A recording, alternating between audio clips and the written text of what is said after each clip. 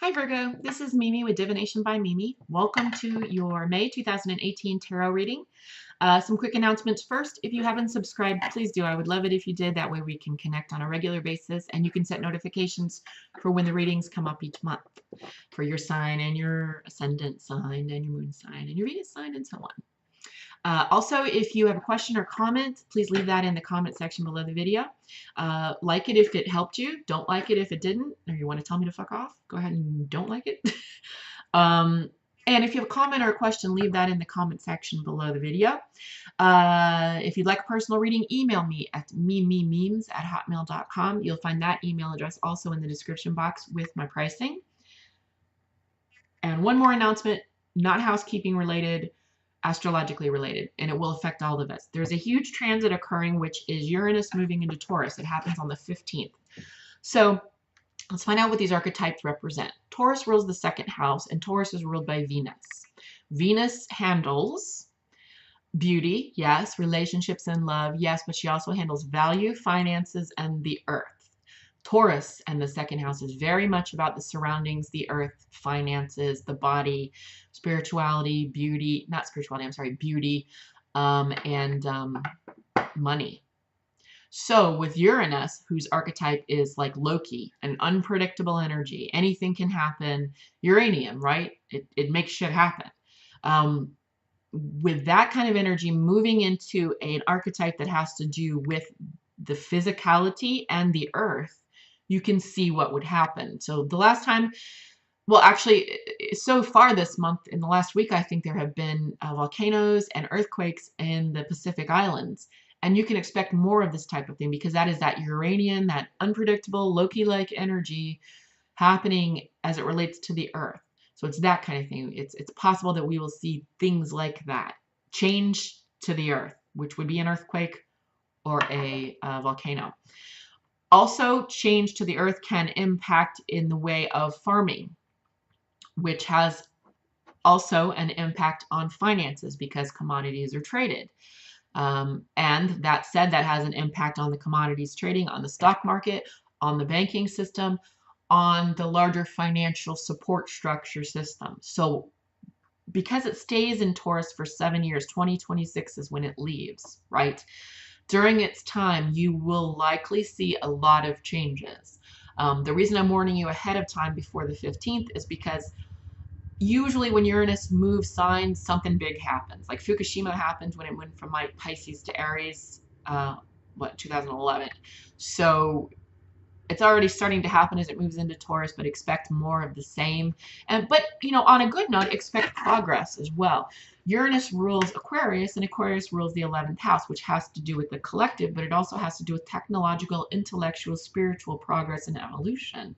So we could also be seeing companies that have sort of been like Tesla and other companies that are forward-thinking, progressive-thinking energies or businesses moving to make big strides. So with the unsettling changes all across these different sectors of finance, of the earth, it kind of makes the possibility for progress and change very possible, very evident. So what we're seeing is change. Good, uncomfortable, but definite. That's one thing you can count on. Don't know how it's going to manifest itself, good or bad, but it will definitely cause change, which ultimately is good. That's on a macrocosm level, on a microcosm level, because Taurus has to do with the body. Be careful of your health. Be careful of your physical safety. So buckle up. Drive safely. If something hurts, see a professional about it. If something's changed in your cycles, in your body, and how it reacts, don't ignore it. Okay? And it's a good time to start taking care of yourself right now. Yeah. Because Uranus, again, unpredictable changes. Anything can happen, changes in the body. Okay? All right. So, Virgo, let's get into your reading. You are a mutable earth sign, and you rule the 6th house. 6th house tends to be about the individual versus the other person. So, kind of the identification or the knowledge that I am me and you are you. I am a whole person here and it's separate from you. Okay, so it's a discerning energy. It's a problem-solving energy. In fact, Virgo, your motto is I analyze. So you love to think, and sometimes you think to your detriment. So it can be a nervous energy. It can be a worrying energy. So that's one of the challenges that you might find, is that you worry and you think things to death. And it happens. It happens when with Mercury ruled signs, like Gemini does the same thing. Their motto is I think. So their mind is in overdrive all the time. So, meditate, things like that, do calm, non-stressful things to try to focus on the now versus the future or the past. That helps get out of a worrying state. This is a 4-card pull. It's based on some situation in your life right now. And I'm using the, what is this one? The Gilded Tarot, which is by Kira Marchetti. It's Rider-Waite-Smith based. So this is for Virgo, mutable earth, 6th house ruler, ruled by Virgo. Motto is I analyze. Our Virgo friends. Whole unto oneself. Identifying the me versus the you. Problem solver, analyzer. What is up with Virgo for May 2018?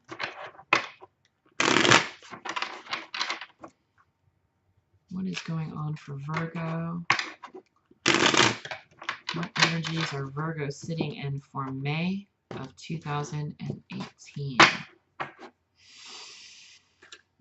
Holy Hecate, Cosmic Soul, Titaness, Mother, God. What does Virgo need to know for May? Thank you. You are in the 4 of Pentacles in reverse, so you are worrying. You're worrying about money. You're worrying about your finances. You're worrying about your health.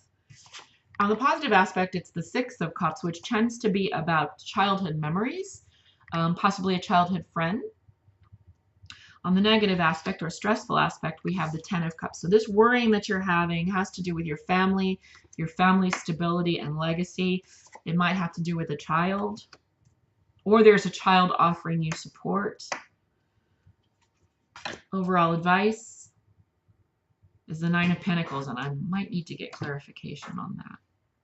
Okay, so what you're sitting in right now is a state of worry, a state of feeling unstable, a feeling of anything could crash at any time. Like you are in emergency mode. You're in disaster mode right now. DEFCON 5, that kind of thing.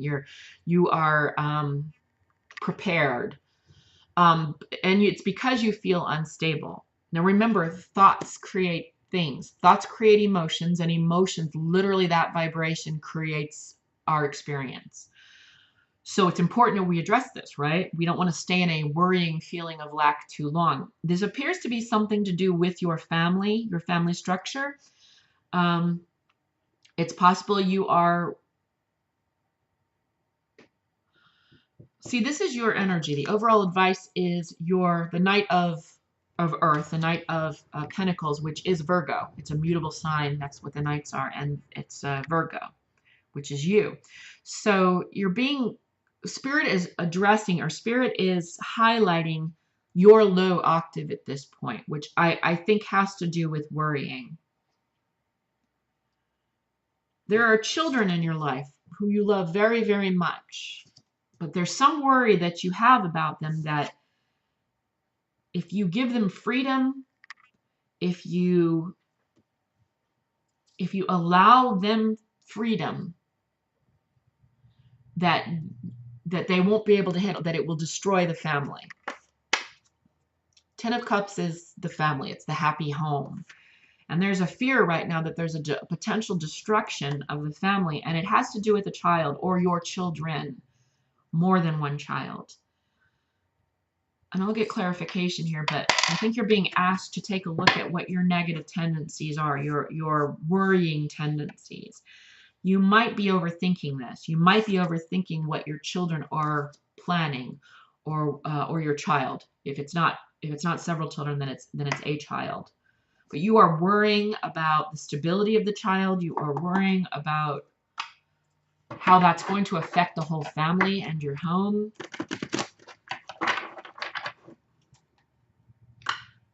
And And Spirit is saying there's a tendency in you to think the worst possibly, or to deduce, in other words, because your motto is I analyze, constant deductive reasoning going on, but if you always deduce to the lowest common denominator, if you always deduce to the worst possible scenario, that's self-defeating. Because you can deduce to the best possible scenario. Either one is possible, right? The potential of the moment, the androgynous potential of each and every moment is null. It can be good, it can be bad. Spirit is sort of drawing you, I believe, and I'll get clarification on this, on your energy on the low octave, but it is drawing you to be aware of your tendency to worry, to overanalyze, and to literally deduce the worst possible scenario. You have a choice, and one is not right over the other. Both are very likely. Both are likely. The best possible scenario is likely in this situation, right? Stability is possible. Your children's happiness is possible. The worst possible scenario is also possible. However, that's what you're focusing on. You've got to get out of that, because it's that thought is just literally draining your home. It's affecting your home life. It's affecting your relationships. So let's see what Spirit says about its advice here. Can I please have clarification? Thank you. Okay, so you got the child. So I've asked to clarify your card on the low octave, the Virgo over worrying energy, right? I got the child nature on the low octave, okay? And this was me asking Spirit to clarify. The shadow attribute is a tendency to abuse animals, people, and the environment. I'm not sure I'm really clear on that either. Give me a second here.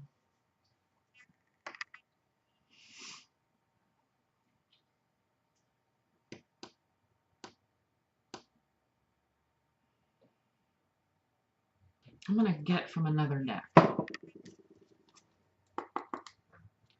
I'm sorry, Hecate, this is not coming through clearly. What does the low octave of Virgo and the abuse of animals, people, and the environment have to do with this reading?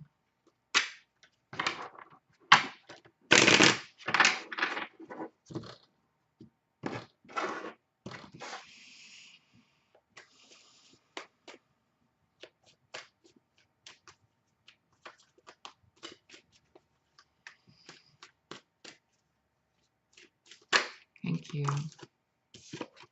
Page of Wands in reverse. Okay.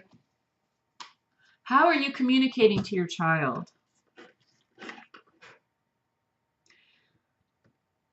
about this worry? This is all about you, you're fear-based at the moment, and you're deducing the worst possible scenario as it relates to your child, and you're communicating this to them in kind of an angry, passionate way. And it's really hurting your kid. In fact, it's hurting the whole family. You've got to look at how you're communicating to your child. Are you being hypercritical of them? Are you putting your fears on them? Are you hurting them and the whole family unit in the process, and ultimately yourself? I think you need to try to step back from this situation with the child. Try to release yourself from your fears. Stop this communication of fear and anger and criticism to the child, because it's hurting them. I'm sorry, this is kind of harsh, and it isn't obviously for everyone. This is a general reading, but this seems pretty specific for someone. There's a child in your life. It may not be your biological child. Maybe it's even a grandchild. Maybe it's a stepchild. Maybe it's a niece or a nephew or a little brother. But you're so worried and scared of something about this child's independent, individual nature. You're putting that fear on them, number one. You're causing yourself damage by this feeling of instability you're sitting in with this child. And you're hurting their feelings. because you're communicating in a very critical way. That's this Page of Wands on the low octave. And a very angry, it's kind of like, don't you understand that if you put your hand on the thing, on the stove, it will burn you? Don't you understand that? Whereas you could say it like, so I know you're really smart. You're aware that if you put your hand too close to that, it will burn, right? You do understand that? Okay, good. I trust you. I'm going to give you the dignity of having your own mind and being your own person. And I think that's what you're being called to do here, because right now it's hurting you, it's hurting them, and it's hurting the whole family unit, whether it is a family like a literal nuclear family or some other archetype of a family, some other type of family. Your fears, your worries, and your criticism and over-analysis of a situation, your emotional and intellectual attachment to something that really has nothing to do with you, it has something to do with someone else's individual expression, is hurting that individual, it's hurting you, and it's hurting everyone involved. So try to take a step back. Don't communicate anymore about it. And look at why you need to do this. Why are you so attached to this person and this situation? Now, I understand if the child is, or this person is suicidal, or there's drugs involved, obviously you're involved. But remember, everyone has free will. And remember, everyone, give the dignity of someone's understanding of a situation before you start having a go at them based on your fear. I don't think you're really being rational in your communication. In fact, you wouldn't be. Virgo's a very gentle and kind nature, a person, an individual energy. So to be coming at someone with barbs is not really like you. But when there's fear and over-analysis involved, and you've removed rationale and logic, and you're doing everything based on gut fear, then that can be the result. And then you're looking at a child that's very hurt, that's questioning himself, that's literally wounded by the things you're saying and the way that you're saying them. So check yourself. Why are you doing this? Take a deep breath and reconsider how you're communicating to the child or this person if you feel you need to carry on with this conversation about what you're worried about. Sorry, I wish it were a little bit more positive. But this is a call for you to take a look at you. I think that's it, Virgo. All right, if you have questions, leave them in the comment section. If you'd like a personal reading, email me at mimimemes@hotmail.com. Otherwise, I will see you for the June readings. Take care.